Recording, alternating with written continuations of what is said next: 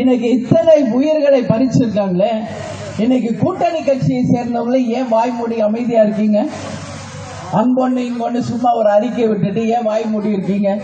இதே தலித் மக்கள் வேற எங்கேயாவது இறந்து போனா வரிஞ்சு கட்டி பேசுறீங்களே திரையுலகினர், அரசியல்வாதிகள், ஏன் யாருமே இன்னைக்கு வாய் திறக்கல? ஒரு உயிரா 2 உயிரா? 60க்கும் மேற்பட்ட உயிர்கள் இன்னைக்கு இழந்திருக்கும். 100க்கும் அதிகமானவர்களுக்கு கண் பார்வை பாதிக்கப்பட்டிருக்கிறது. இன்றைக்கு இதுக்கெல்லாம் யார் பொறுப்பேற்பது? வெறும் 10 லட்சம் ரூபாய் கொடுத்து அந்த உயிர்களை நீங்க திருப்ப கொண்டு வர முடியுமா? எதற்காக 10 லட்சம் தரீங்க? ஒரு ராணுவ வீரருக்கு இறந்து போனா கொடுக்கறீங்களா? ஒரு மீனவருக்கு கொடுக்கறீங்களா? உண்மையில் உழைக்கும் சிறு குறு தொழிலாளிகளுக்கு ஏதாவது கஷ்டம்னா இந்த அரசாங்கம் காசு கொடுக்குதா?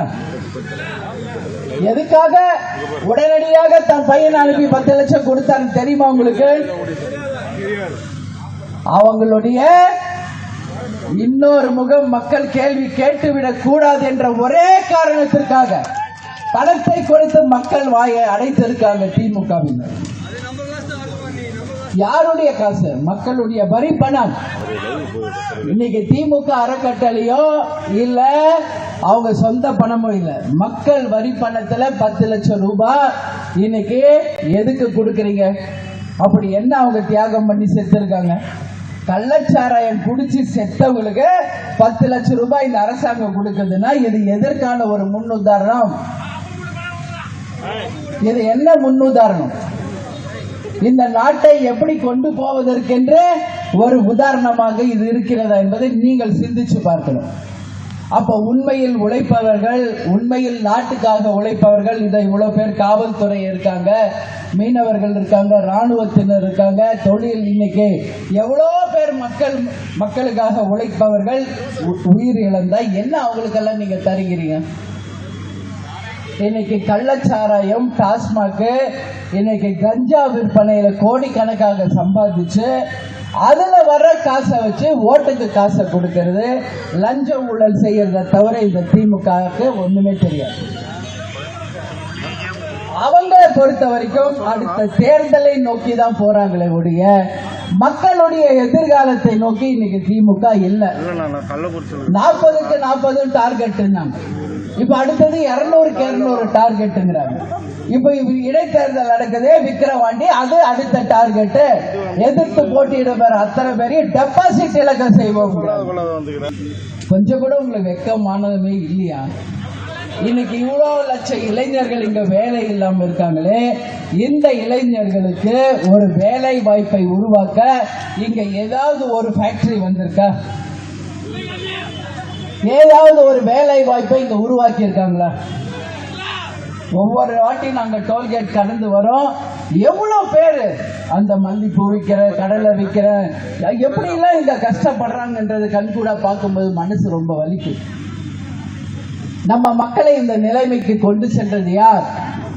நிர்வாக திறமை இல்லாத லஞ்சம் ஊழலுக்கு மட்டுமே பேர் போன இந்த திமுக அரசு தான் காரணம். வெகு விரைவில் இந்த திமுக அரசை மக்களே விரட்டி அடிக்கின்ற ஒரு நிலைமை தமிழ்நாட்டில் நிச்சயம் நடக்கும். அதற்கு இந்த கள்ளக்குறிச்சி ஒரு பிள்ளையார் சொல்லி போட்டு மக்கள் எதிர்ப்பை இன்னைக்கு நம்ம பதிய வச்சிருக்கோம். தமிழ்நாடு முழுக்க இன்னைக்கு தேசிய முற்போக்கு திராவிட கழகத்தின் சார்பாக மாபெரும் கண்டன ஆர்ப்பாட்டம் இன்னைக்கு நடந்துட்டு இருக்கு. இன்னைக்கு தமிழ்நாடு முழுக்க ஆர்ப்பாட்டத்தில் கலந்து கொண்ட எல்லாருக்குமே கேப்டன் சார்பாக, தேமுதிக சார்பாக நம்ம நன்றிகளை தெரிவித்துக் கொள்கிறோம்.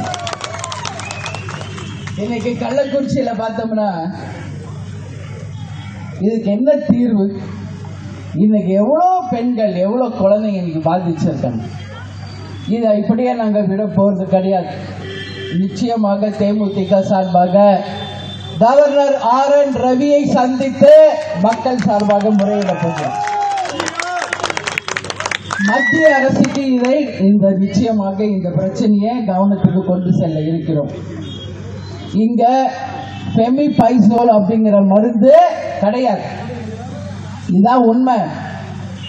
அந்த மருந்து மட்டும் ஸ்டாக்ல இருந்ததே இவ்வளவு உயிர் நம்ம போயிருக்காது, இது உண்மை.